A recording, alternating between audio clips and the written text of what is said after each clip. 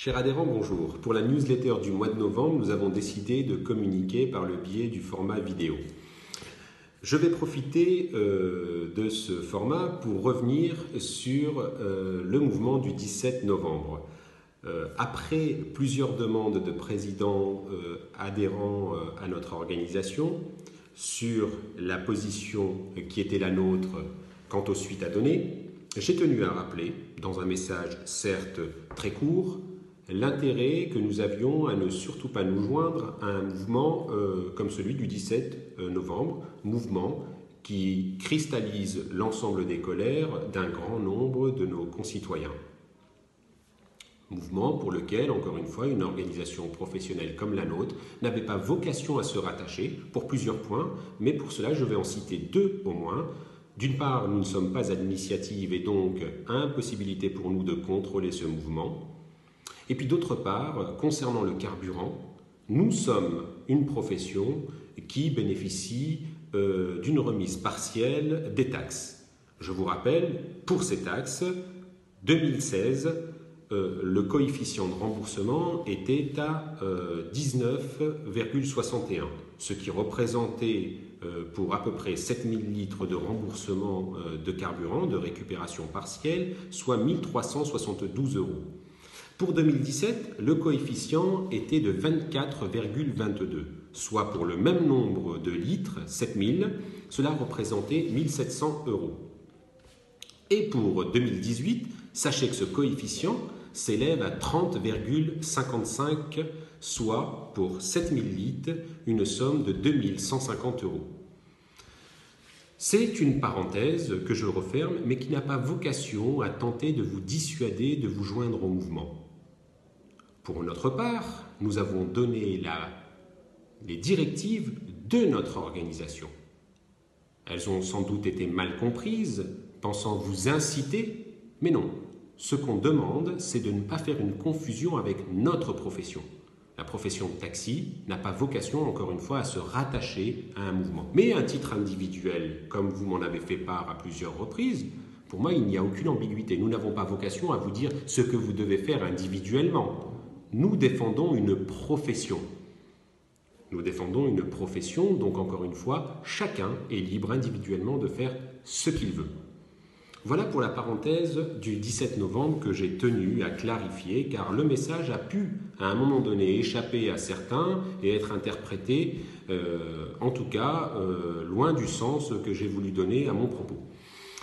Je vais, mais sans m'éterniser, vous faire un petit topo sur les négociations quant au projet de protocole engagé depuis le mois de mai avec la CNAM. Sachez qu'il est en train d'aboutir et nous devrions probablement signer ce protocole d'ici à demain. Ce projet de protocole a pour vocation de dessiner les contours de ce que devraient être les prochaines négociations des conventions dans les départements. L'objectif, c'est de faire en sorte de cadrer la remise dans les départements afin qu'il n'y ait pas de dérive dans certains départements comme on peut le constater, des abus de part et d'autre de certaines caisses. C'était l'objectif pour la profession. Faire aussi en sorte de ramener l'intangibilité de la prescription. Faire aussi en sorte de clarifier que le patient doit toujours conserver le choix de son transporteur, y compris lorsqu'il y a des plateformes de régulation dans les centres de soins. C'est des choses qui sont en train d'être négociées et sur lesquelles on ne veut absolument pas lâcher les moindres concessions. Effectivement, comme dans toute négociation, il y a des efforts qui sont consentis par la profession et notamment dans le cadre des remises.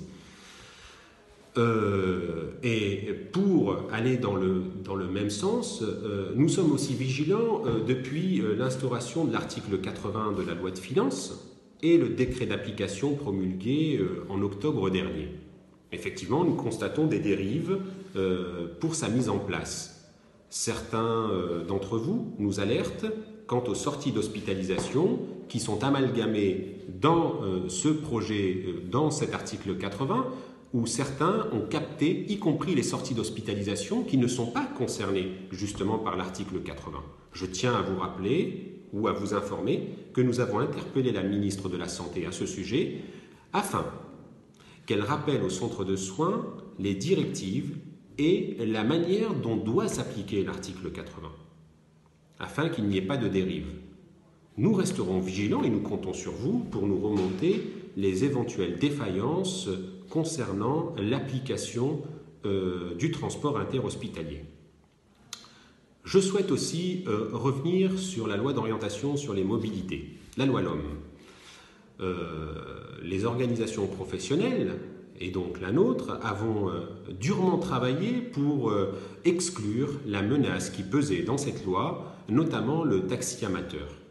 Aujourd'hui, on constate, même si la loi n'est pas encore promulguée, puisqu'elle passe en Conseil des ministres à la fin du mois, que le taxi amateur a été retiré de son champ d'application. Ce qu'on peut regretter dans la LOM, c'est qu'un certain lobby a été fait auprès du gouvernement et a fait en sorte que le point le taxi, donc l'open data, qui permettait justement la mise en relation entre le taxi qui recherche un client et un client qui recherche un taxi sans passer par des plateformes de mise en relation, soit retiré et au bénéfice